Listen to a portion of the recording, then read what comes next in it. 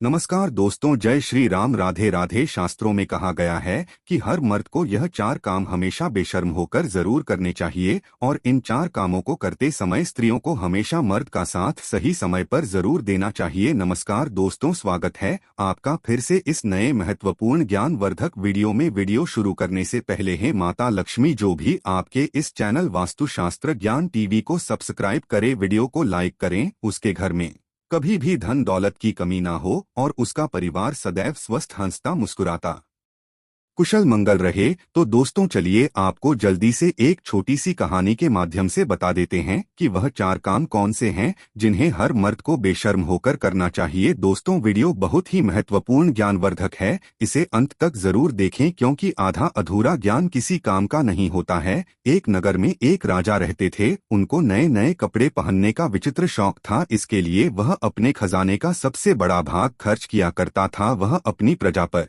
बिल्कुल ध्यान नहीं देता था। वह दुनिया के कोने कोने से सुंदर और बहुमूल्य कपड़े मंगाता और बहुत अच्छे दर्जी से सिलवाकर पहनता था, परंतु बढ़िया से बढ़िया कपड़ा भी एक बार पहनने के बाद दोबारा कभी नहीं पहनता था। राजा के इस व्यवहार से राज्य की आर्थिक दशा पर बुरा प्रभाव पड़ रहा था। राजा के इस शौक का पता एक ऐसे आदमी को लगा जो अपने काम में बहुत होशियार था। एक दिन वह 3-4 आदमियों को साथ लेकर राजा के दरबार में उपस्थित हुआ। उसने राजा को अपना परिचय देते हुए कहा कि वह दुनिया के बड़े बड़े राजाओं के कपड़े सिल चुका है। दर्जी ने विस्तार से अपना परिचय देते हुए बताया कि किस प्रकार चीन, जापान, अमेरिका और इंग्लैंड देश के राजाओं ने उसके सिले कपड़े पहनकर उस पर पुरस्कारों की बौछार की, जिससे वह मालामाल हो गया है। राजा ने कहा, दर्जी हम भी तुम्हें मालामाल कर देंगे। अब तुम बताओ तुम मेरे लिए कैसा कपड़ा बनाओगे। दर्जी बोला, हुजूर मैं आपके लिए ऐसा कपड़ा तैयार करूंगा जिससे मूर्ख, बेईमान और अन्याय नहीं दिख सकेगा। ऐसा कपड़ा दुनिया में किसी राजा महाराजा के पास नहीं है।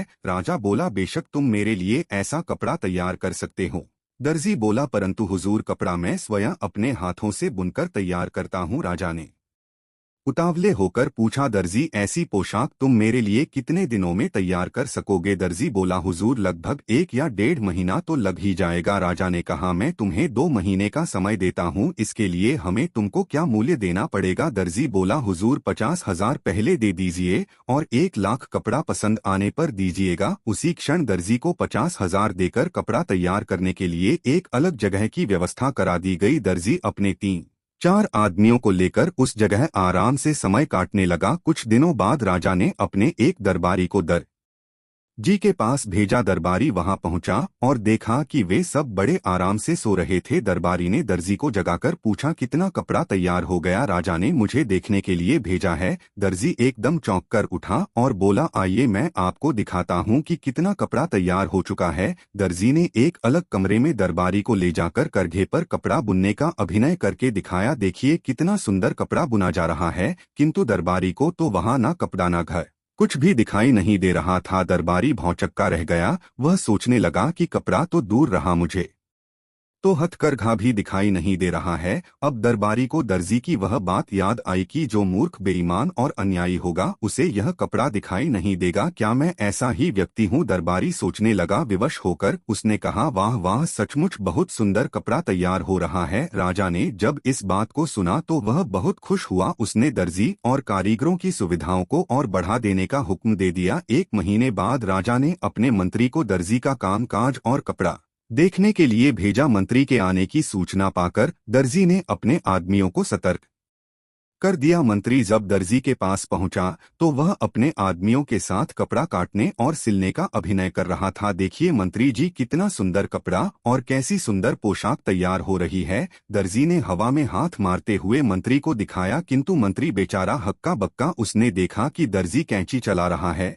पर कपड़ा है ही नहीं। एक कारीगर सुई से सिलने का काम कर रहा है, परंतु उसके हाथ केवल अभिनय कर रहे हैं, ना सुई दिखाई दे रही है और ना धागा ना कपड़ा। मंत्री ने सोचा, मुझे कुछ दिखाई क्यों नहीं दे रहा है। उसे दर्जी की बात याद आई जो मूर्ख बेईमान और अन्यायी होगा उसे यह कपड़ा दिखाई नहीं देगा। उसने सोचा क्या मैं मूर्ख बेईमान और अन्यायी हूँ, यदि राजा को यह पता चल जाएगा तो वह मुझे फांसी पर लटका देगा। विवश होकर मंत्री ने भी दर्जी की हाँ में हाँ मिलाई। वाह वाह, सचमुच बहुत सुंदर कपड़ा है। दर्जी के पास से लौटकर मंत्री ने राजा को बताया, सचमुच ऐसा सुंदर बहुमूल्य कपड़ा ना मैंने कभी देखा था ना कभी सुना था। यह सुनकर राजा बहुत खुश हुआ। दूसरे दिन दर्जी पोशाक तैयार करके दरबार में उपस्थित हुआ। आइए महाराज, पहनिए यह पोशाक, कितना सुंदर और बहुमूल्य कपड़ा हमने आपके लिए तैयार किया है। राजा भी भौंचक्का रह गया क्योंकि उसे कोई कपड़ा दिखाई ही नहीं दे रहा था। उसने सोचा क्या मैं मूर्ख बेईमान और अन्यायी हूँ। विवश होकर उसने भी वही कहा जो मंत्री और दरबारी ने कहा था। सचमुच ऐसा कपड़ा मैंने ना कभी देखा था ना कभी पहना था। दर्जी ने राजा को शीशे के सामने खड़ा करके उसके सारे कपड़े उतरवा दिए और राजा को नई पोशाक पहनने का अभिनय करने लगा। कभी वह बंधन बंद करता, कभी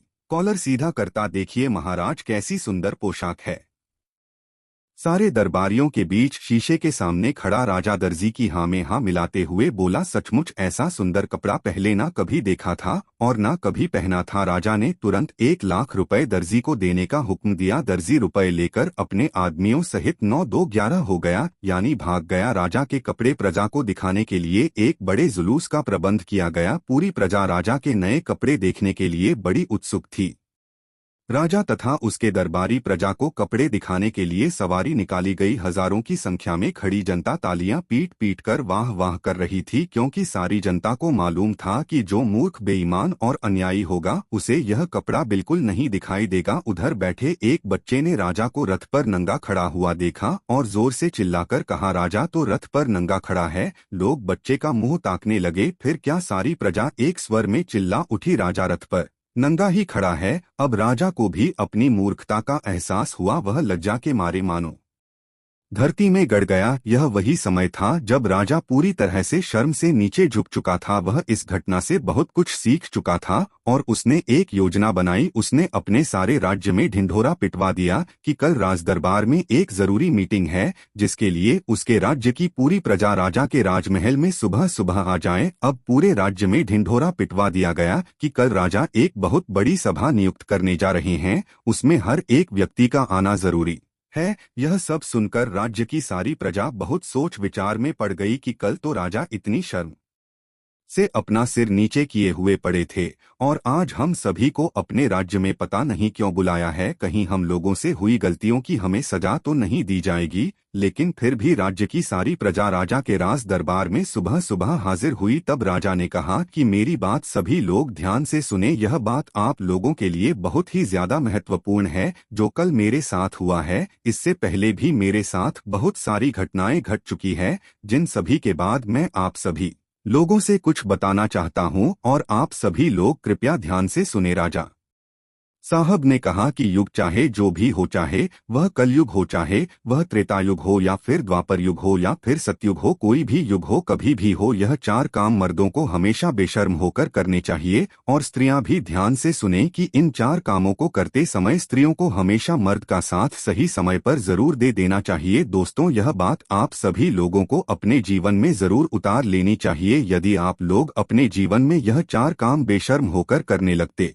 हैं तो आपको सफलता जरूर मिलेगी। आपको धनवान करोड़पति बनने से कोई नहीं रोक सकता। आप अवश्य ही धनवान और मालामाल हो जाएंगे। आप और आपकी पत्नी अपने जीवन में सदैव खुश रहेंगे। चलिए बताते हैं कि राजा साहब ने अपनी प्रजा से क्या कहा और कौन से 4 काम बेशर्म होकर करने के लिए कहते हैं। चलिए जानते हैं। सबसे पहला काम जो कि सबको बेशर्म होकर जरूर करना चाहिए, वह कहते हैं कि मर्दों को अपनी पत्नी के साथ संबंध बनाने में शर्म नहीं करनी चाहिए, क्योंकि यदि आप ऐसा नहीं करते हैं तो आपकी पत्नी आपसे कभी खुश नहीं रहेगी। क्योंकि जब आप पत्नी को संतुष्ट नहीं कर पाएंगे तो फिर आपका शादीशुदा वैवाहिक जीवन खतरे में पड़ सकता है और आपकी पत्नी किसी गैर मर्द से गलत काम करने के लिए मजबूर हो जाएगी और वह ऐसा कर भी सकती है। फिर राजा साहब ने दूसरे काम के बारे में बताया जिसे भी बेशर्म होकर करने को कहा है। राजा साहब ने कहा कि यदि जो लोग खाना खाने के दौरान शर्म महसूस करते हैं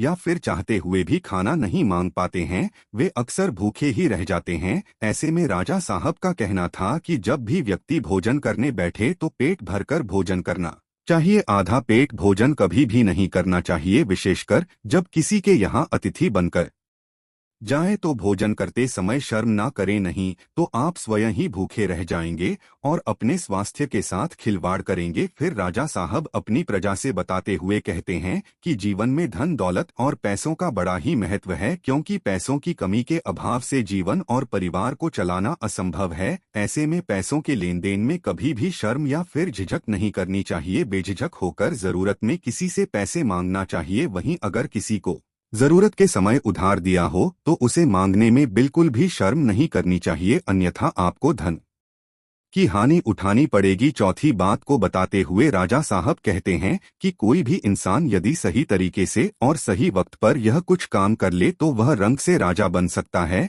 इस बात पर ध्यान दीजिएगा कि आजकल के युवा अपने शिक्षकों या मार्गदर्शकों से ज्ञान तो ले लेते हैं, लेकिन अपने मन की जिज्ञासाओं को, यानी कि जो उनके मन में सवाल उठ रहे होते हैं, उनको गुरु शिक्षक या फिर मार्गदर्शक से पूछने में शर्म या झिझक महसूस करते हैं, जिनके चलते वह कई जगह विफल हो जाते हैं। दोस्तों, चाणक्य नीति में भी लिखा है कि किसी भी स्थान पर जब विद्या ग्रहण करने जाए तो अपने अध्यापक या गुरु से अपने मन में उत्पन्न हो रहे सभी प्रश्नों का उत्तर बेझिझक बिना शर्म के करना चाहिए, क्योंकि वहां पर हर कोई सीखने के उद्देश्य से जाता है। और यदि आप वहां पर जाकर भी अपने गुरु से कोई भी सवाल पूछने में शर्म करेंगे और आप अपने प्रश्नों का हल शर्म की वजह से नहीं प्राप्त कर पाएंगे तो आप अपने जीवन में कभी सफल नहीं हो सकते हैं। तो इसलिए अपने मन में उत्पन्न हो रहे सभी सवालों का जवाब बेझिझक होकर किसी भी गुरु शिक्षक या फिर मार्गदर्शक से पूछ लेना चाहिए, क्योंकि वहां हम सीखने के उद्देश्य से जाते हैं। तो दोस्तों, आपको समझ आ गया होगा कि मर्दों को वह कौन से 4 काम है जो कि बेशर्म होकर करने चाहिए। तो दोस्तों, आज के लिए बस इतना ही। मिलते हैं अगली वीडियो में, तब तक के लिए जय लक्ष्मी माता जी। यदि आप लोग भी मेरी वीडियो से संतुष्ट हैं तो वीडियो को लाइक करके आप जल्दी से कमेंट में जय माता लक्ष्मी अवश्य लिख दीजिएगा, जिससे माता लक्ष्मी की कृपा आप पर सदैव बनी रहे। जय माता लक्ष्मी। हर हर महादेव। धन्यवाद दोस्तों।